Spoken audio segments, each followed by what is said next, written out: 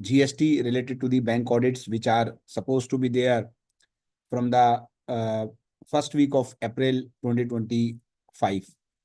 My dear friends, when I'm speaking on this particular topic, I just wish to draw your attention that there will be the two dimensions when we are discussing this topic. The first one is that when we are going to discuss the certain GST compliances which we should be checking related to the branch for which we are conducting the GST audit. Say, for example, you are going to a particular branch, and then whether there are the non-compliances at the level of the branch itself.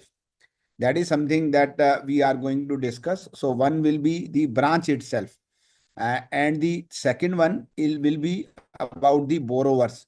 So as you will be selecting certain borrowers, so whether the borrowers files you have selected for a detailed scrutiny, so whether that is complying with the GST aspect or not.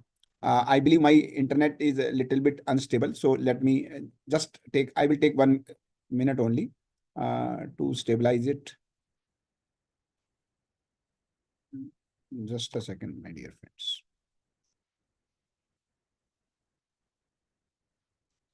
I will take 1 minute only, Kajal.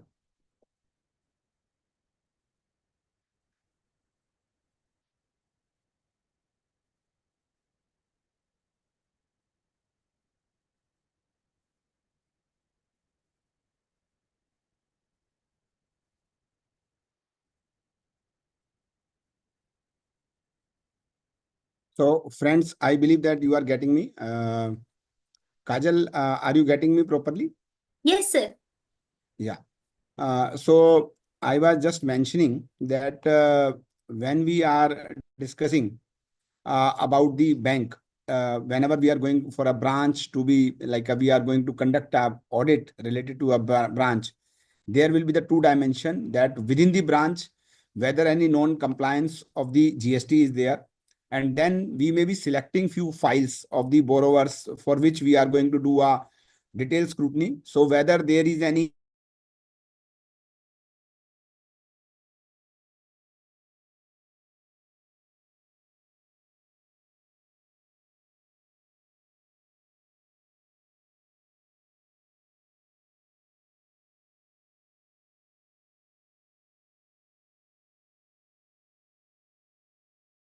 for us that we will be able to see that what kind of a compliances the borrower is doing, or whether all the transactions are as per the like the borrower has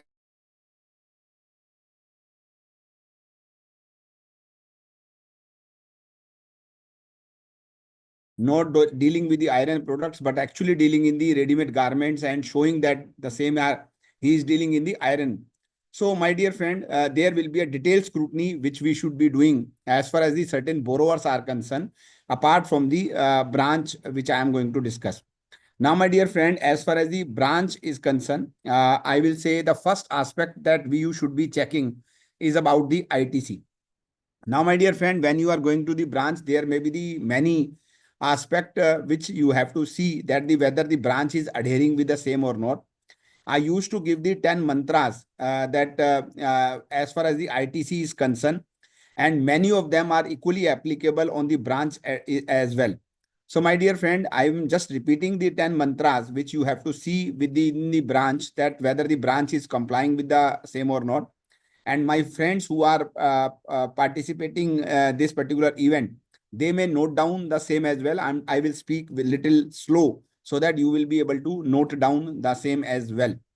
The first one is that which is not relevant as such for the branch, that the expenditure related should be related to the business. Yes, all the expenditures which will be there in the branch, that will be related to the business only. But at the same time, there may be certain expenses which are of a personal nature. For example, some employees are going for a LTC or some other I will say the other than the business activities, and if they are claiming the reimbursement of the same from the bank, whether the same will be available for the credit or not is something that you may be discussing. But the second point, which is very, very important for all of us to note down and check within the branch, that all the expenses on which the branch is claiming the ITC, there should be the proper invoice. There should be a valid invoice should be available with the branch. So my dear friend, at times we are only looking for a 2B, and we are saying that if the credit is available in the 2A or 2B, then it is available. But my dear friend, if even if it is available in the 2A or 2B, but the invoices are not available within the branch, then the credit will also be disallowed. And number one, number two, the invoice should be a valid invoice as per the notification number 39/2018. Meaning thereby, my dear friend, the invoice should carry the address of the branch for which you are conducting the audit. There should be the supplier name and address, GST number should be there, the value, the item, the product or the services which have been procured. Everything should be very, very clearly mentioned on the invoice. Then only the credit will be available to the branch. The third and important aspect which I just wish to share with you, that the supplier has made the payment. So it's very, very important that, my dear friends, when you are checking, you have to ensure that the supplier registration is active. There is no suspension of the registration of the supplier or the cancellation of the registration is there. So my dear friend, when, say for example, a branch has claimed a credit of rupees 1 crore in the entire year. Now, if you will see that there are the 500 supplier who supplied the various activities or the various goods or services to the branch. Now, out of the 500 suppliers, say 10 suppliers are there whose registration has been cancelled or suspended by the department. In that case, if from those 10 supplier, if the branch has taken a credit of rupees 10 lakh, in that case, that 10 lakh is liable to be reversed in the times to come as the notice will come. So that's a very, very important point, that you have to see that whether all the suppliers from whom the branch has purchased the goods or services are their registrations are active or not. And not only, my dear friend, related to this year only, you have to see for all the years, because you are aware that even the liability may come from 2018-19. So all the years, if there is today, if you will see that there is a cancellation or the suspension of the 10 GST number out of the 500 supplier, even then the liability to the branch will be there. So that's a very, very important point, that you have to see all the suppliers are the active suppliers or not. The another aspect, my dear friend, which will be there in as far as the branch is concerned, that the branch is filing their regular returns on a regular basis, because unless and until the branch will not file their return on a timely basis, the credit will not be available. That's a very small point. I believe that all the branches will be filing. But the another very important point which you should be considering, or you should consider while you are doing the audit of a branch, that the payment has been made within 180 days or not. So my dear friend, you are aware that if the branch is not making the payment to the vendor within 180 days from the date of invoice. So my dear friend, I just wish to, I'm giving an emphasis on a word, the date of invoice.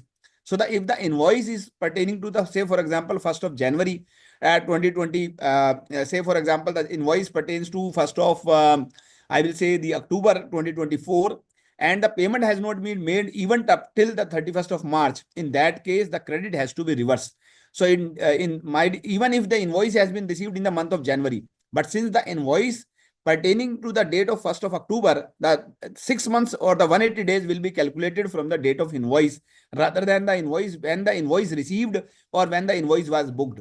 It is the date of invoice which is relevant as given in the proviso to the section 16, that you have to see for the 180 days requirement. So my dear friend, another aspect which you should be checking within the branch, that the payment has been made within 180 days or not. Now, my dear friend, coming to the another point, that since the branch is dealing in the two type of activity, one is that they are lending the money on which the interest is not subject to GST, that is an exempted activity. And then there are the branches are providing the various taxable services also. Now, my dear friend, in that case, as we can witness that the branches are providing the taxable as well as exempted services. And for that, as per the section 17, you are eligible only for a proportionate credit in the ratio of your taxable turnover vis-a-vis the total turnover. But at the same time, there is another provision which is available for the branches, that is called Section 17(4) of the CGST Act, which deals with the banks and the NBFCs, which says that in case you are a bank or a NBFC and you don't want to go to this calculation as given under the Rule 42. So if you don't want to go to the Rule 42, simply you can adopt the Section 74, wherein it means that you will be eligible only the 50% of the credit. So in case you have a 1 crore of rupees credit, you will be eligible to the 50%, meaning thereby the 50 lakhs credit will be available to you rather than the entire 1 crore, or ratio calculation is not required. And even in that calculation, you have to see that the credit which is being received from the inter-branch will be fully available. That is something differently you have to see. So you have to read the Section 17 subsection 4, because this session is only restricted to the basic ideas I am giving to you, that what you should check. In case you want a detailed analysis, you should have to go to the books and you have to see the law, that okay, what Section 17(4) says. But I'm just sharing you that in case you are dealing with the branches, in that case, that the Section 17(4) is there, which provides you that the 50% of the credit is only available because the banks are dealing in the taxable and exempted activities. So I just wish to repeat you that if the branch is having a credit of rupees 20 lakhs, they are eligible only for 10 lakhs credit rather than the full credit of 20 lakhs rupees. That is something that you should check. And then accordingly, you have to see that the compliances are there. Then, my dear friend, the another important point is about the Section 17(5), which talk about the block credit. So even if before going to the Section 17(4), you have to reduce. So if the total credit is 20 lakhs rupees and you have a certain credit which are the block credit, for example, the branch purchased a motor vehicle for which the credit is not available. So I just wish to share with you, for example, I am giving you an example that the branch is having a credit of, I'm just preparing an illustration for the benefit of all of you, that the branch is having a credit of rupees 20 lakhs. And out of that, the motor vehicle credit is 2 lakhs rupees. So my dear friend, when I'm going for a Section 17(4), you have to do this calculation on this 18 lakhs rather than on the 20 lakhs. This is the full credit, total ITC. The credit pertaining to 17(5) will be reduced first. So all the block credit. So in case you have any block credit is there, that block credit you have to reduce, and then you have to go for this 20%, 50% calculation, meaning thereby the 9 lakh credit will be available to the branch. So this is the way, my dear friend, it's very important that you have to see that if the branch is claiming a 20 lakhs rupees credit, out of the total credit, how much credit is there which is related to the block credit as given under Section 17 subsection 5, and that amount you have to reduce before going for a proportionate calculation as given under Section 17 subsection 4. Then, my dear friend, another important point which is there as far as the ITC is concerned is about the credit related to the capital goods. So my dear friend, in case the branch has taken certain capital goods on which they claim the ITC as well, but later on, before 5 years, the branch has sold that. Before 5 years, the branch has sold that goods, the capital goods, to the in the open market. So my dear friend, what will happen that in that case, the branch has to reverse the certain credit. Branch has, because the every asset has a life of 5 years as per the GST law, and the credit will be available the 5% per quarter, meaning thereby the 5 years is going to 20 quarters, and for each quarter the 5% credit is available. So if the branch is using a particular asset only for 4 years, meaning thereby 16 quarters, meaning thereby the 80% credit, 16 into 5. So 80% credit can be used by the branch, and the 20% credit has to be reversed over the transaction value of the goods sold. The GST on the transaction value of the goods sold, whichever is higher, has to be paid back to the branch, to the government exchequer. So my dear friend, this is another very, very important point that you should be aware, that the capital goods, the credit, whether the credit has been properly taken or not. So my dear friend, if I summarize, or you can take a note of this point, that okay, what I have to check as far as the ITC is concerned. Number one, that whether I have valid invoice or not. So that is first very important point. The second one, that the supplier has paid the tax or not. So whether the supplier has paid the tax, it will initially come in 2B, but whether the cancellation or the suspension of the supplier is there, in that case, you have to reverse the proportionate credit. The third one, whether you are filing your return timely or not, is something that the branch you have to check. Number 4, that whether the payment has been paid within 180 days or not, that is something that you have to check. Then the block credit, whether you are claiming any block credit or not, that is something that you should be checking. The sixth one, the sixth point you should check that the proportionate credit as per the section 17(4), whether you are, because you are eligible only the 50% of the credit, that is something that you should be checking. And number 7, that in case you are dealing with the capital goods, then the capital goods are sold within 5 years. In that case, the proportionate credit has to be reversed. So my dear friend, these 7 points are very, very important point. In case you are checking, you are going to a branch and you have to see that whether the branch is complying with the GST law or not. Then my dear friend, coming to the another very important point which is there, that which I wish to draw your attention, is about the inter-branch services. So my dear friend, as you are aware, in the GST law, the stock transfer or the services provided by one branch to another branch is also a taxable supply. So in that case, if a particular branch is there and there it is providing the services. So for example, there is a Bank of, I am giving an example of a Bank of Baroda. The Bank of Baroda is having a branch in Delhi and they are providing these services to its branch in Chennai. In that case, it will be a taxable supply. And on this activity, someone has to charge the GST and the Chennai branch can claim the 100% of that credit. That is something different. But there will be a taxability when the Delhi branch is providing any service to the Chennai branch. So my dear friend, in case you encounter any kind of activity which is there between the two branches, there is a supply, there is an income book, the revenue is being booked. In that case, whether that is subject to the GST or not. Now, my dear friend, it's very important that we have to see when we are going to the branch as far as the GST compliances are concerned.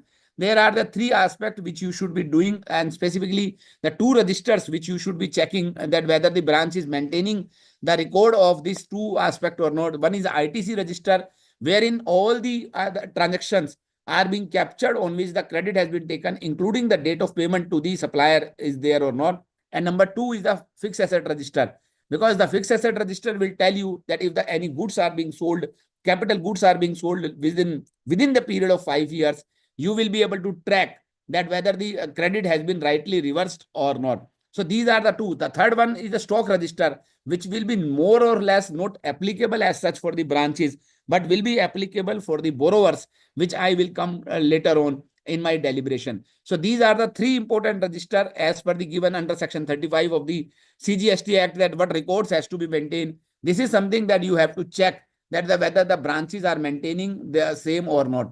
So my dear friend, this is something was there as far as the branch itself is concerned, the branch for which you are going to conduct the audit. Now, my dear friend, coming to the borrower, that when we are talking about the borrower, that say for example, you selected 10 files, that okay, you will be going to do a detailed scrutiny for these 10 files. So my dear friend, what all things you should be checking with the borrower or not, because the borrower will be showing that my financial data is there. I have taken a credit limit of 50 crores because my turnover is 300 crore. Now, as per the financial statement, the turnover will be getting reflected 300 crore only. But based on the certain operational audit, for example, which will be coming more from the GST perspective, how you will be able to do diligence. So like a pathological lab, when we are going to a pathological lab and we are doing a blood test, so there are lot of reports which are coming as far as for example, somebody is going for a lipid profile or somebody is going for a KFT or a LFT. You are getting a lot of cholesterols and all these aspects are coming out.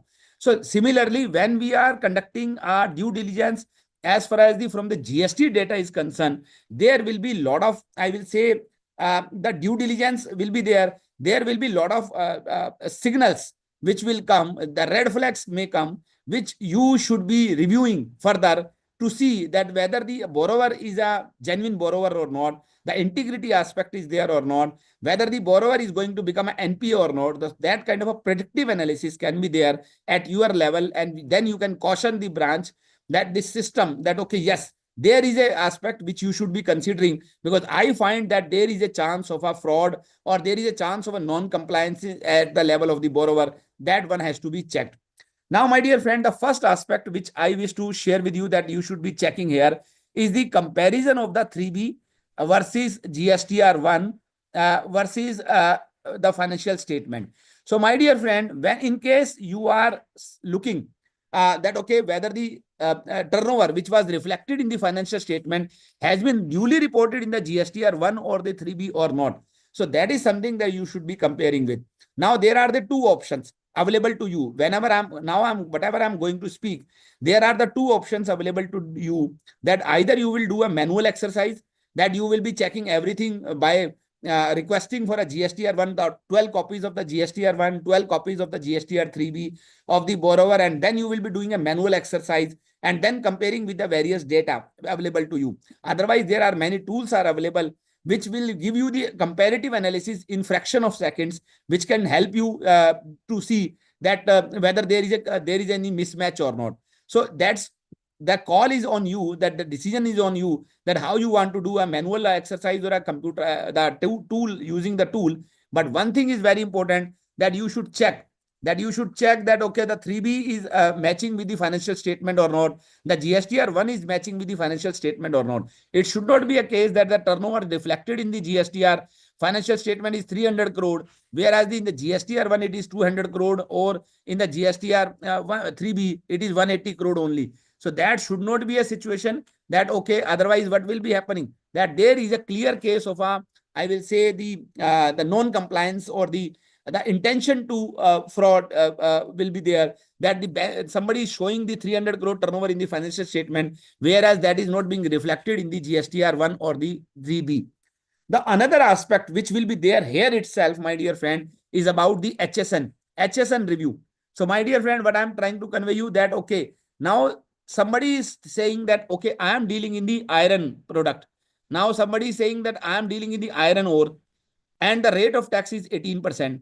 But my dear friend, you will find that when you will be doing a HSN summary, meaning thereby the whatever the turnover he is reflecting in the GSTR1, the what is the breakup of the HSN wise sales summary, meaning thereby if the HSN of the iron ore is not being used, it is the ready-made garments HSN is being used. In that case, there is something fishy, that you should be giving a red flag to the bank that, okay, I checked the turnover, the 300 crore turnover which is there in the financial statement, but actually if I check with the GSTR1, the HSN based summary, I find that out of the 300 crore, there are 180 crore is the supply which is related to the ready-made garment. So how the transactions are actually, even the rate of tax may be the 5% or the 12% as the case may be. So that give a caution, that give a red flag to the bank that, okay, there may be something different, there may be some challenges in the times to come because of the nature of the business which was projected before the bank is actually not being performed here in this particular case. So the HSN summary, the HSN wise sale, you should check with the financial statement rather than only the total of the GSTR1 or the GSTR3B as the case may be. So, my dear friend, this is the first and second aspect. The first one is a simple reconciliation, and number second is the HSN based reconciliation with the financial statement vis-a-vis the proposal which was given to the bank that, okay, the SSC is dealing, the borrower is dealing in this particular activity. The third aspect, my dear friend, which I just wish to draw your attention, that you should be checking as far as the borrower is concerned, is something that, my dear friend, the ITC, the payment of the tax, the payment of the total tax through the ITC versus cash. So, my dear friend, you will agree with me that if the total turnover is 300 crore, let us say that my total turnover is 300 crore and the rate of tax is 18%. So, meaning thereby my output liability will be 54 crore. But my dear friend, you are aware that there will be a profit margin, there will be the establishment cost, meaning thereby that I will be practically incurring the expenditure on the raw material for around 70%, meaning thereby my credit should be not more than the 70% of the total output liability, because the 20% is my establishment cost, 10% is my profit margin. So ultimately, the normal credit should be in the range of around 36 or 38 crore. But if somebody is paying out of these 54 crore, somebody is paying the 53 crore from the ITC and only 1 crore from the cash. In that case, again, there should be the raising of the eyebrows should be there. There should be a red flag that why it is happening. There may be the two reasons, that either it will be having a huge closing stocks are available, or there may be a recent incurring of the recent purchase of the capital goods. But otherwise, apart from these two reasons, there will not be any reason that having this much of a huge ITC available to the borrower. So that is something that you have to see, the tax to the ITC ratio, the payment to the ITC ratio should be there. That, okay, the third aspect that you should be checking, that how much is the tax, the total tax liability vis-a-vis the how much tax has been paid through the ITC, which should be giving a red flag in case that is beyond a threshold limit, beyond a normal limit, that you should be checking that, okay, in that case, you have to have a red flag, and the detailed scrutiny of the SSC should be there at your level or at the branch level, so that there should not be any future NPA. Because if somebody is having the credit which is not a legitimate credit, in that case, there will be a future liability along with the interest and the penalties. Now, my dear friend, another aspect which will be there, that as I mentioned you about the branch, that how much is the liability related to the suspended or the cancelled dealer. So, my dear friend, in case my total credit is 54 crore, as I given you, and out of that, the 5 crore credit pertains to the dealers who are suspended or the cancelled. In that case, you are aware that there will be a liability not only for the tax, but also for the interest, and the penalty under Section 74 will be there, and the interest will be there. And in totality, if you will see that if the total liability will come to 12 crore, but my limit with the bank is only 10 crore, in that case, you can assume, you can understand that practically the entire OD facility or the credit facility will be wiped out while paying the liability towards the GST department. So, my dear friend, it's very important. If the suspended dealer or the cancelled dealer is very, very minimal, then there will be a litigations and other things will be there. But in case the liability is even 5%, 10% of the total credit, then you should have a red flag on this particular item, that, okay, who are the suspended and the cancelled dealer, and what is the total liability which is related to those suspended or the cancelled dealer.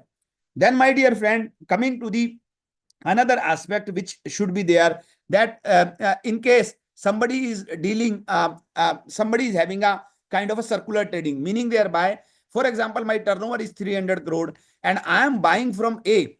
So I am buying A 40 crore and I am selling to A only 35 crore. In that case, this is called circular trading, or there is the related party transactions are happening. So, my dear friend, when you are doing a calculation, the analysis of the GSTR1, you will find that there will be kind of a transaction. There may be a situation when the borrower is buying from a same person and selling to the same person. That is called a circular trading. So, that kind of a scenario you should also analyze. Though there will be a challenge that you will be doing a manual exercise, a lot of challenge will be there. But as I mentioned you, there are tools available which can help you that, okay, how you will be able to trace these kind of a circular transactions in a fraction of seconds, while somebody will be analyzing the GSTR1 on your behalf.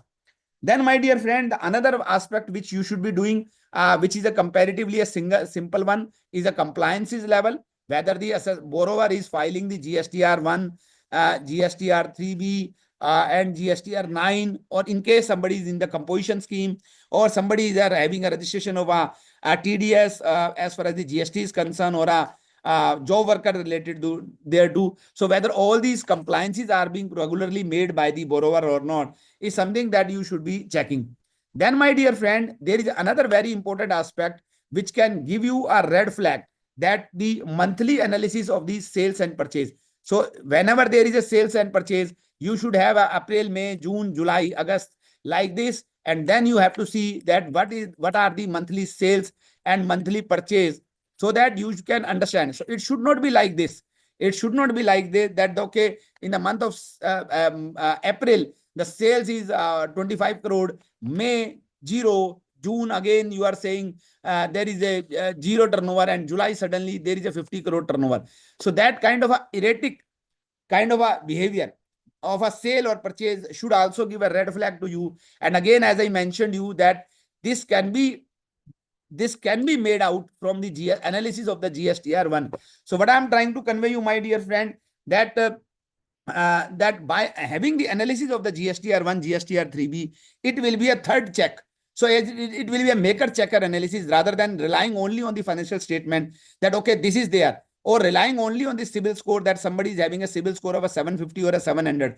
There may be a situation that somebody borrowed from the bank, and to repay the money to the bank, he may be having the 20 different personal loans are there.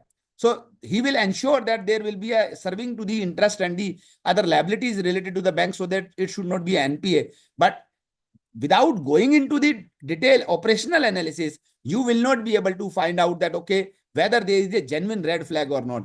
Likewise, there will be a situation when a lot of credit notes are getting issued. So you have to see that how many credit notes are being issued by the borrower. In case somebody is getting a bill discounted and then the credit notes are being issued, in that case, there will be a practically, it will become a unsecured loan only backed up with the collateral security. Because what will happen, that if the somebody is getting a bill discounted and then the credit note will be issued, there will be a clear case of a fraud which you should analyze. So you have to have an analysis of the credit note, which is available again in the GSTR1, that how many credit notes are being issued, what is the percentage, which are the major credit notes which are being issued, and whether there is any implication related to the borrowings which are being made by the borrower. Then the ninth point which I wish to share with you is about the input-output ratio. My dear friend, it is again a very, very important point, that the input-output ratio, meaning thereby the sale versus purchase. So my dear friends, say for example, out of this 300 crore sale, my purchase is this year the 270. Whereas normal situation, my 200 crore rupees sale, I was having a purchase of only 140, meaning thereby it was 70%. Whereas in this year, it is going to 90%. So whether it is a case that the closing stock is available for 20%, or there may be a chance that, okay, that the purchases are shown as 270 to have the more and more ITC available with the borrower. So that is something that you have to see, that whenever there will be a ratio analysis of an input or output, which is easily can be traced out from the GSTR1. So I'm just trying to convey you the way that, okay, just to summarize you, that I'm trying to give you a picture that by having all these analyses available from the GSTR1 or the GSTR3B, you will be able to not only substantiate that the nature of the business which the borrower is doing, but also you can find out the irregularities which are there in the operational part of the borrower, so that you are not only relying on the financial data or the CIBIL score or the serving of the interest to say that the asset is a standard asset or a substandard asset, but also the operational part. If you will analyze, you will be able to give the better picture of the borrower as compared to the relying only on the financial statement.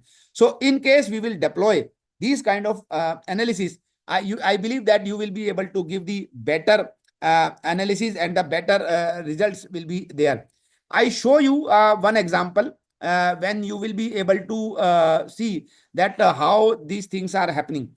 I show you that I recently conducted a small audit of a firm by using a particular tool, and I show you that what kind of analysis immediately came to me. Now, my dear friend, if you will see that these kind of a compliances, I find that, okay, these are the following returns which are filed. So all the yellow returns are there which are filed belatedly. No problem. At least somebody has filed. So there is no problem. But now here I will get the input output analysis. So for the 21-22, the credit was the purchase versus sale was of this much of a level as compared to the another year. So if you will see that for the 2023-24, the purchase and sale difference becoming very, very small. Earlier, it was 290 versus 217. But for this year, out of the 303 crore sale, the purchase was 289 crores. Meaning thereby, there is a huge difference between the 2 years when I will see the input-output ratio. And unless and until it is not backed by the closing stock, there is a chance of some kind of an integrity issue. Then, my dear friend, I will get this kind of a report from the system that the B2B, B2C, the breakup of the turnover, how much the turnover is. So if you will find that somebody is showing a huge amount of turnover as a nil or exempted turnover, then you have to see that why it is so. Whether it is a really exempted turnover or somebody is showing just to increase the turnover and showing the same as the exempted turnover, and ultimately future liability may be there. So then, my dear friend, you will find that, okay, whether there will be credit notes. So you will find that this much of a credit notes are being issued, and the percentage of the credit notes are practically on a reasonable level. Then, my dear friend, you will find this is very important, my dear friend. As I mentioned you, the tax liability paid in cash versus total liability. So here you will find that total liability was around 51 crore, but out of the 51 crore, the liability paid through the ITC was 98%. It was only 2% which was paid in cash. So that should give you a red flag that, okay, why it is happening. And I can tell you, like a pathological lab, the one blood test give you the marker to lead to the another blood test, which will give you the more revealing facts. Here, when I find that the 98% turnover tax has been paid through the ITC, I try to find out whether there will be a circular trading. So then I find that there is a case that somebody purchased 29 crore from there is a sale of 29 crore to a particular person. At the same time, there is a purchase of 34 crore from the same person. Likewise, there was a sale of 8 crore to Mr. X, and the purchase of 7 crore was there from the Mr. X only. There was a sale to Y, Mr. Y, 7 crore, and the purchase of 5 crore was there. Then there was a sale of 2.99 crore to Mr. Z, and there was a purchase of 2.64 crore from the same person. Then there was Mr. A, to whom I sold 9 crore, and a purchase of 7 crore was there.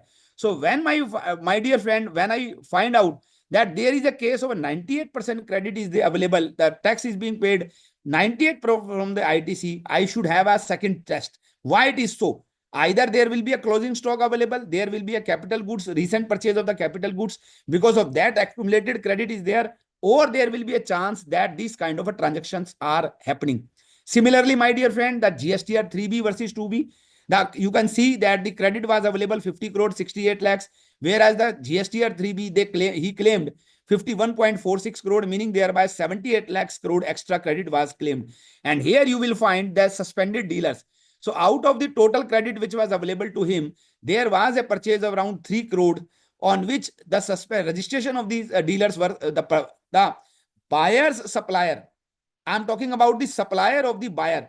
Registration got suspended, and because of that, there will be a liability on the buyer, a sum of rupees around 50 lakhs or something, though it will be only 1% of the total credit available to the borrower, because out of the 50 crore, only 50 lakhs is the liability which is there. But still, if somebody is having a limit of only rupees 2 crore, and the liability of 1 crore or 1 crore 50 lakhs will be there, as far as the GST liability is there, then there will be a chance that somebody will not be able to pay to that liability unless and until being used that kind of a things. So my dear friend, like this, I give you the another example, the another report which I find out, wherein the compliance was 100%. It was very good.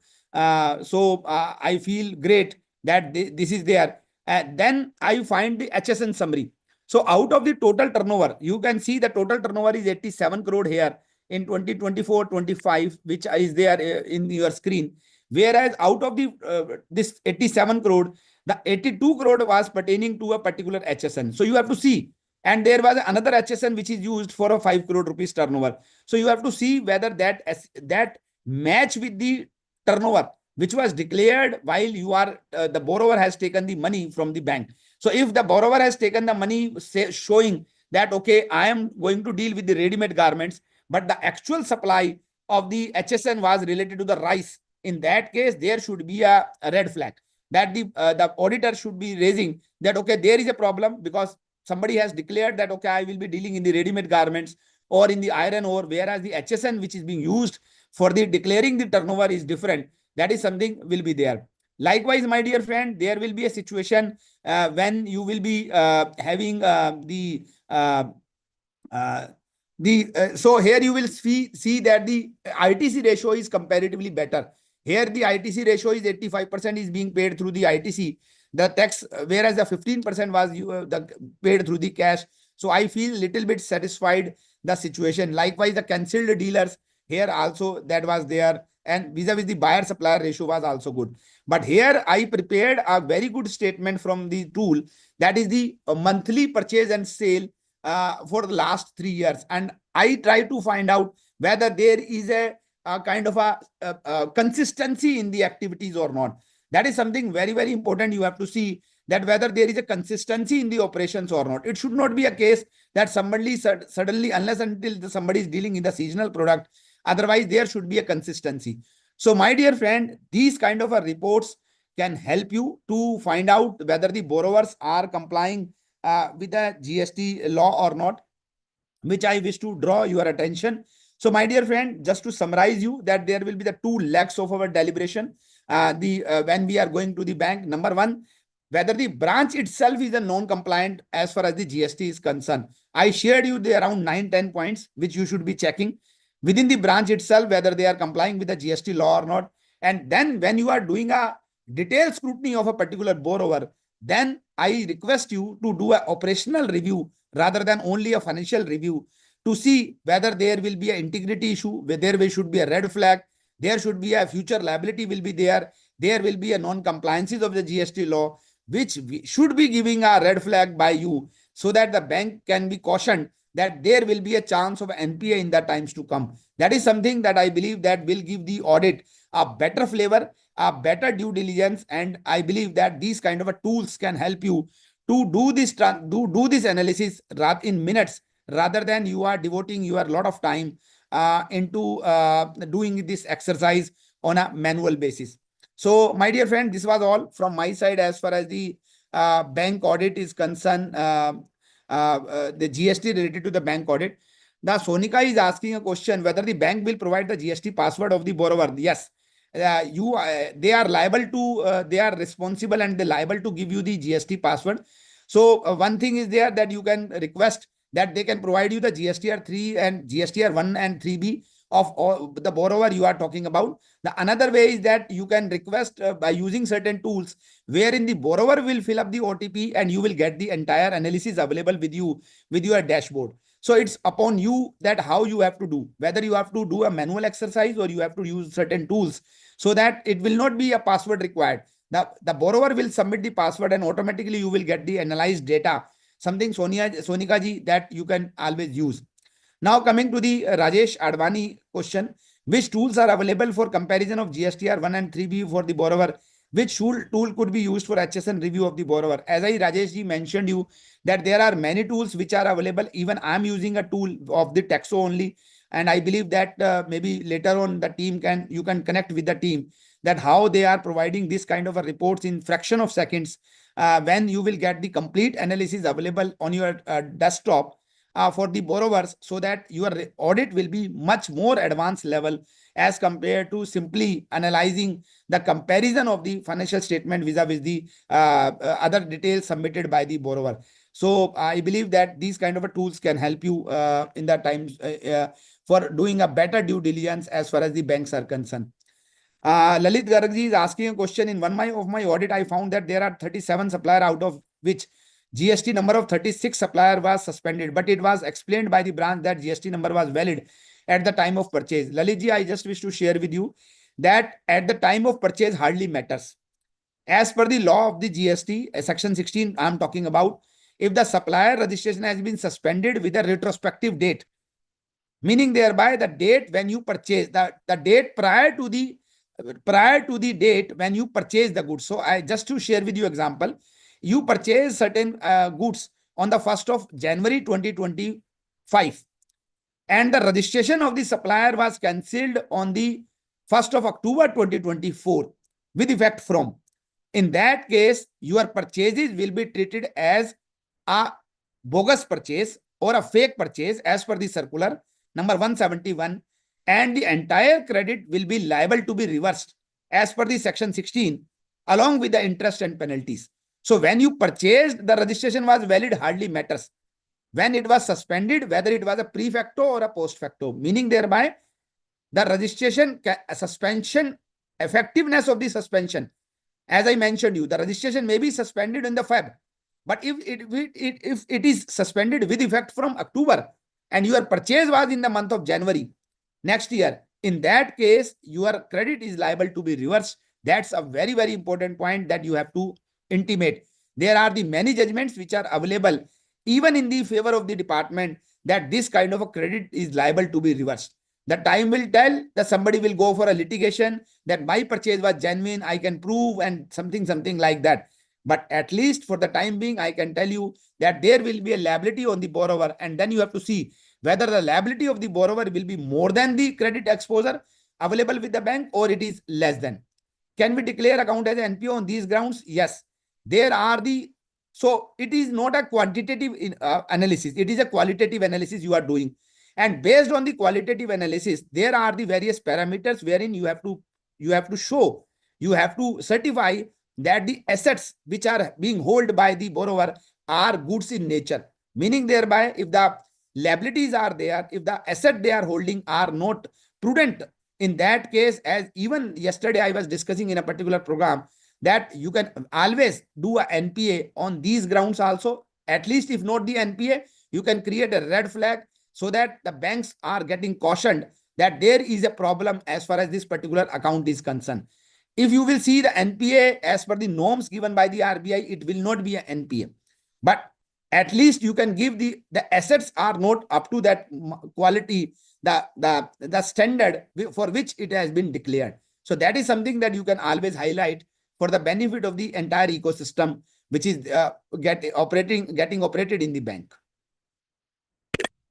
So I answered all the questions, Saurabh and Kajal. In case any other question is there, or you want to say, Saurabh, anything, I have received the another question. Let me take the another question.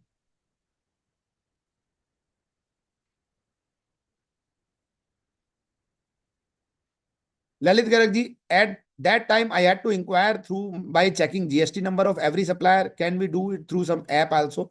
As I mentioned you, Lalitji, there are the many tools are available which can help you to analyze the borrower.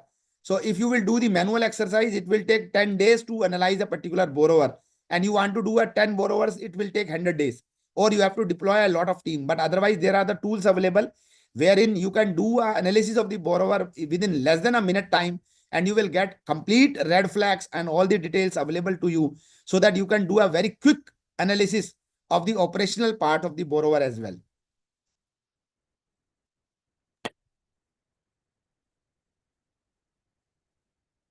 Thank you so much, sir.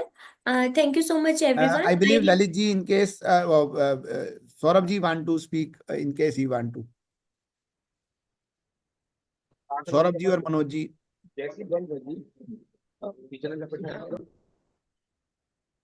So, okay, Kajal, you may continue. In that case, they are. I request everyone to. The link is also shared in the chat box, and our next webinar is scheduled for 9th April. Kindly register for the same, and you can see the flyer. Nobody can see the flyer. Yes, sir.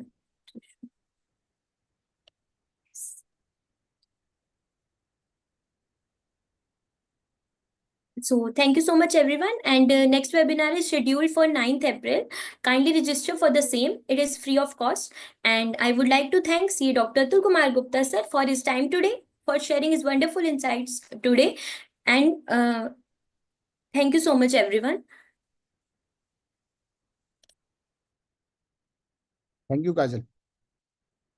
Thank you, sir. There is a question from Rajesh ji. I just wish to, if bank is asking borrower to get his old ornaments valued, whether bank has to pay GST on such charges. The answer is yes. In case somebody is taking the valuation services and you are paying to the valuer will certainly charge the GST on the same. It is on you that you will be able to collect the GST and the other charges from the borrower or not. That is something on the bank has to decide, but it will be subject to GST. Rajesh ji.